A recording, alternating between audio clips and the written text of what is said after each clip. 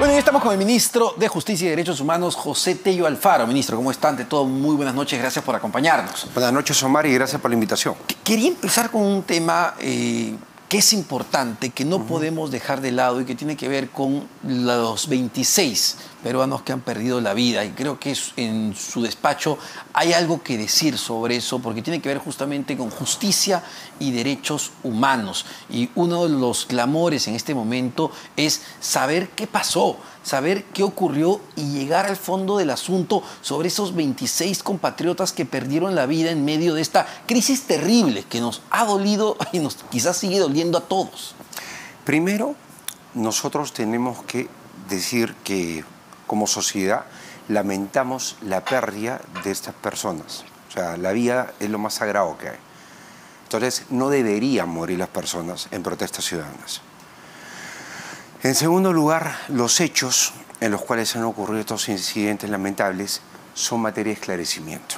O sea, se está trabajando y no solamente lo hace el Ministerio Público, la policía, están, digamos, dándole seguimiento a tratar de esclarecer qué ha ocurrido exactamente, porque evidentemente las situaciones en las cuales se han producido estos hechos son complejas. Sí, claro, porque lo que vimos, y hay material audiovisual de eso, era una situación sumamente dramática, ver cómo entraban militares, incluso una zona urbana, disparando directamente al cuerpo, y en Ayacucho, solo en Ayacucho, a ver, ¿cuántos? Acá tengo 10 en Ayacucho, y me corrijo, no son 26 muertos, son 27 muertos según información del MINSA. En Ayacucho 10, en Apurímac 6, Cusco 3, Junín 3, La Libertad 3, Arequipa 2. A ver, lo que no puede volverse a dar es esta situación, y lo que tenemos que ver los peruanos es que esta muerte no puede ser en vano. O sea, lo que tenemos que lograr ahora, y como bien lo ha dicho el Premier ahora en la mañana, es buscar el diálogo entre los peruanos. Es momento ya parar. Este estado de emergencia se tiene que levantar porque se tiene que pacificar el país.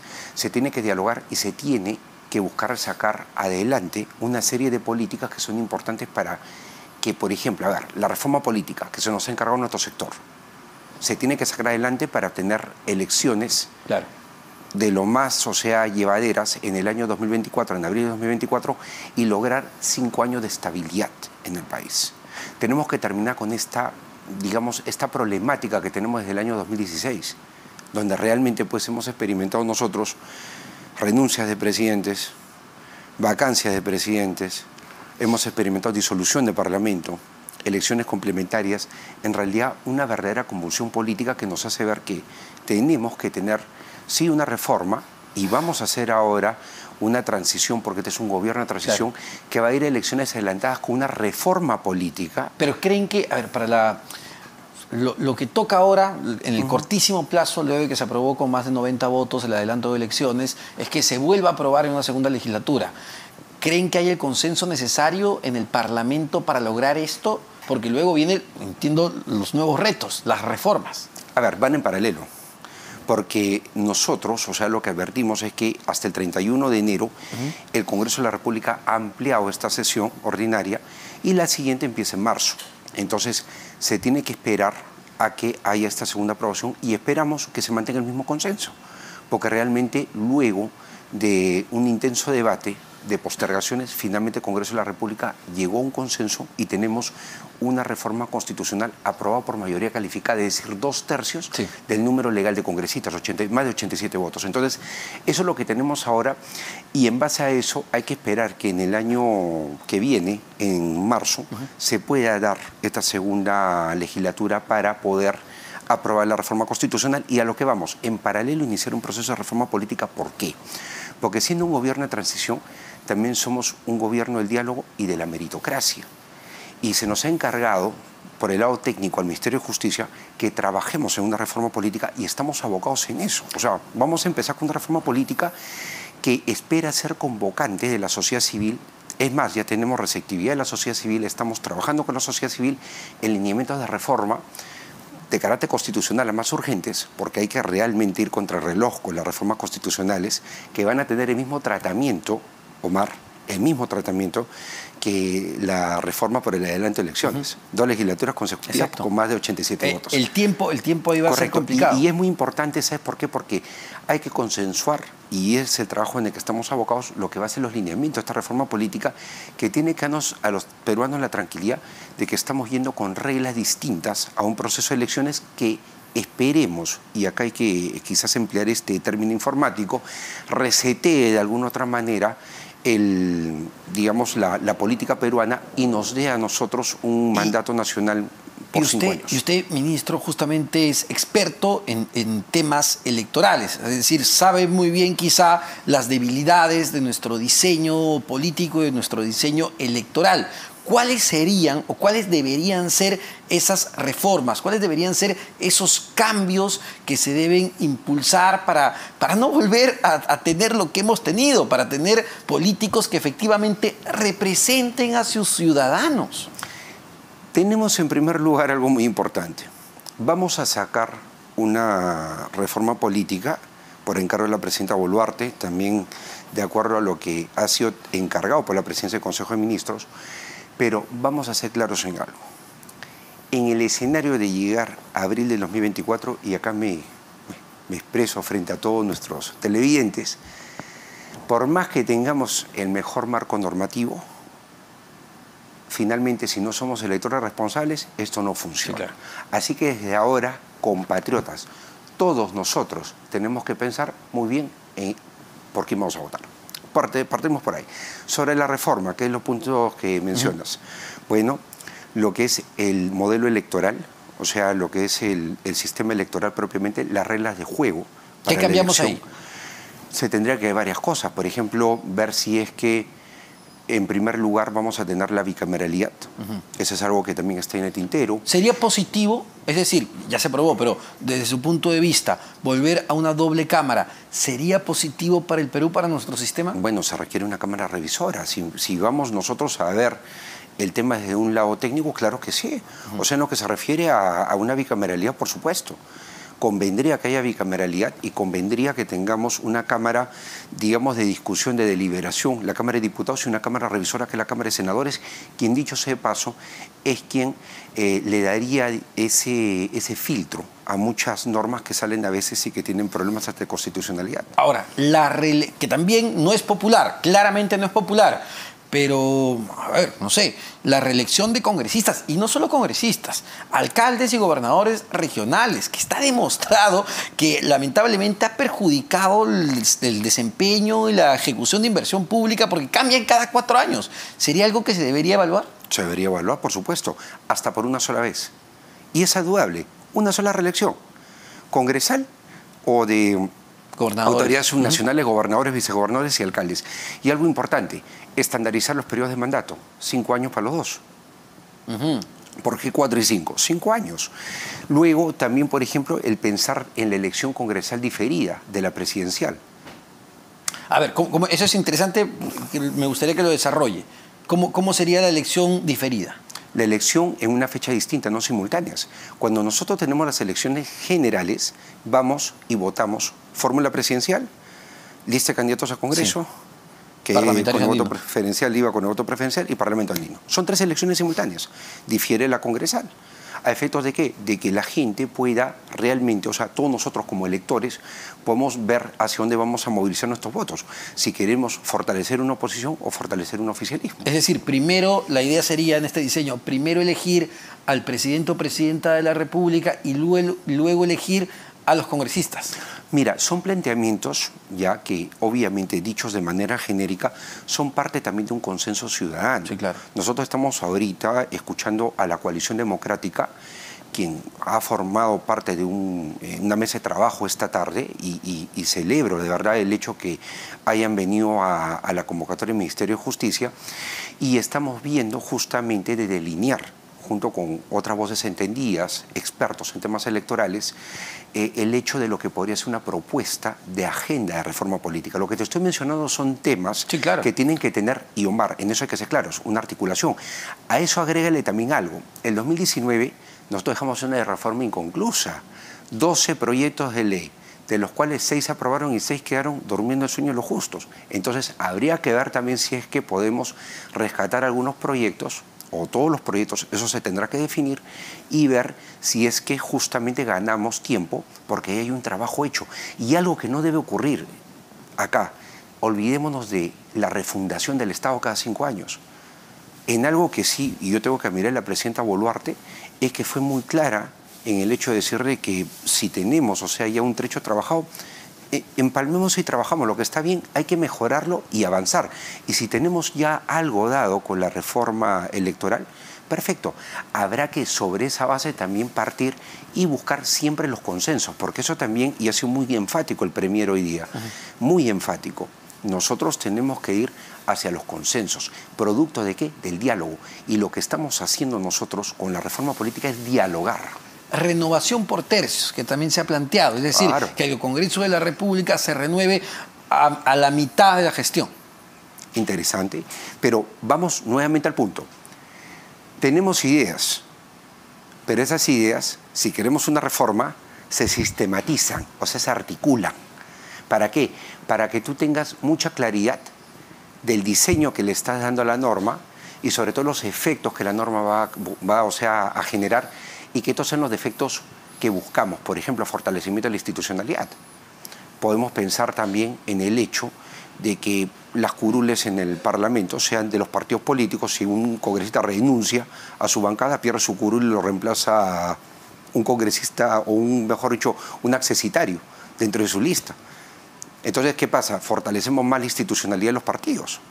Fortalecemos la vida orgánica de los partidos, porque las clases dirigenciales, los dirigentes de los partidos, tendrían mucho más peso dentro de sus propias instituciones y serían partidos más orgánicos. O sea, son ideas que, repito, no necesariamente ahorita, en este momento, pueden ser parte de la propuesta del Ejecutivo. Son parte de un debate que va a estar abierto y sobre el cual, Omar y queridos compatriotas, vamos nosotros a hacer una serie de propuestas hacia el legislativo.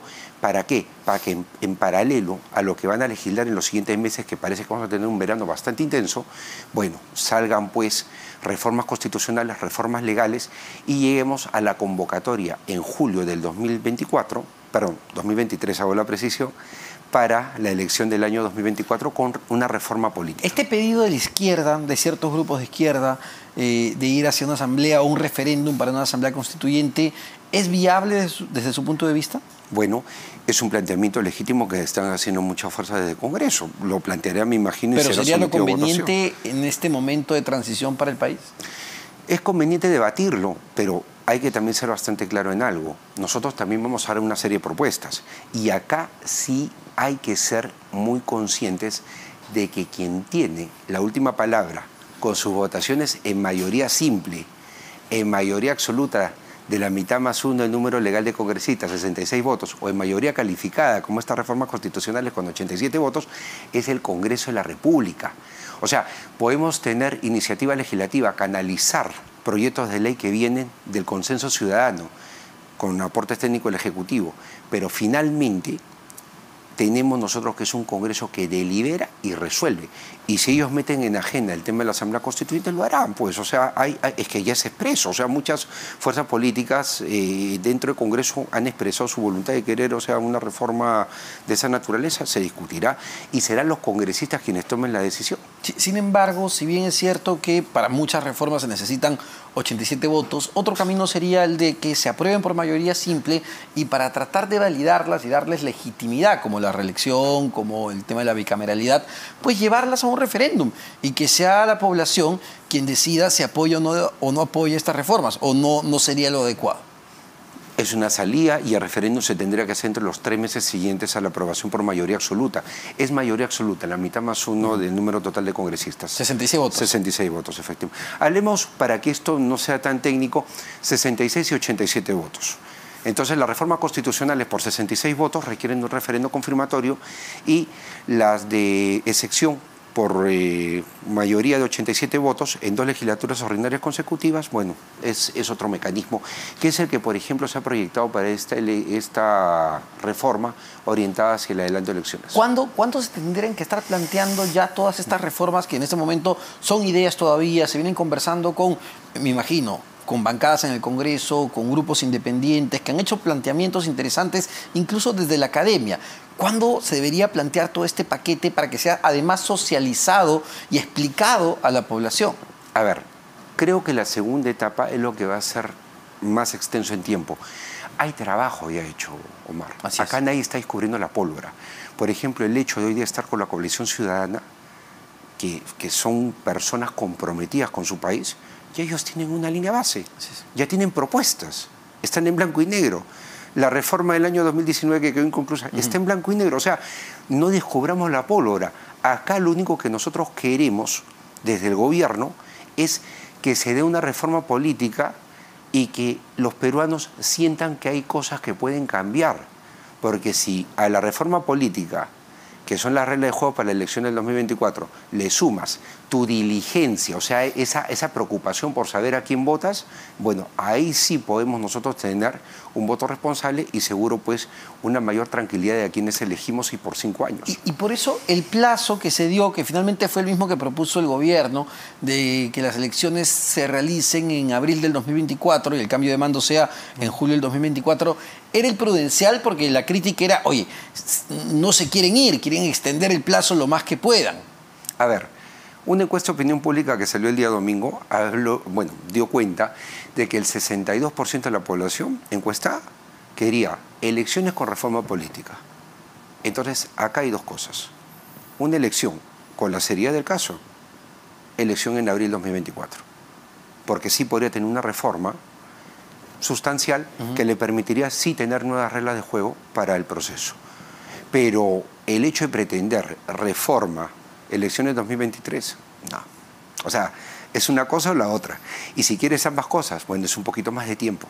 Porque el tiempo sí creo que es el verdugo que todos tenemos. O sea, siempre vamos a tener el problema del tiempo. El tiempo es inexorable. O sea. En su calidad de ministro de Justicia, también me parece importante su apreciación. ¿Cómo toman las declaraciones del presidente de México, Andrés Manuel López Obrador, que literalmente señala que en el Perú hay una persecución política y por eso es que le ha dado el asilo a la esposa del expresidente Castillo?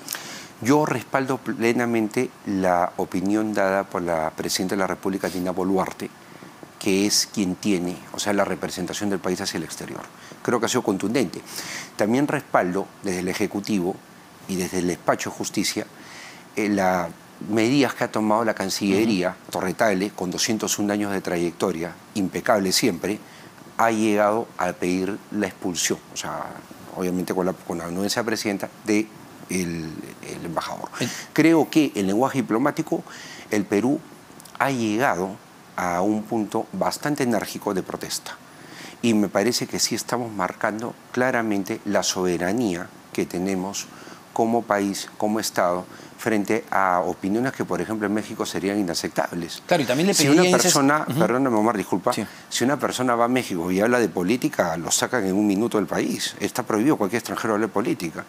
Pero, bueno, esto que ha hecho el presidente es condenable y ya recibió la respuesta, en este caso de quienes corresponden, la presidenta y Cancillería. Pero le pediría también que ya deje de meterse en asuntos internos de nuestro país. Bueno, creo que como todo peruano, y eso es lo que recoge Dina Boluarte cuando ya ha sido muy clara de presidente a presidente en decirle algunas cosas. Muchísimas gracias, ministro José Tello Alfaro, ministro de Justicia y Derechos Humanos, sobre varios temas, así que vamos a estar expectantes a la presentación de todas estas propuestas de reforma electoral y reforma política para ver cómo se recompone el escenario actual que sigue generando lamentablemente mucha convulsión.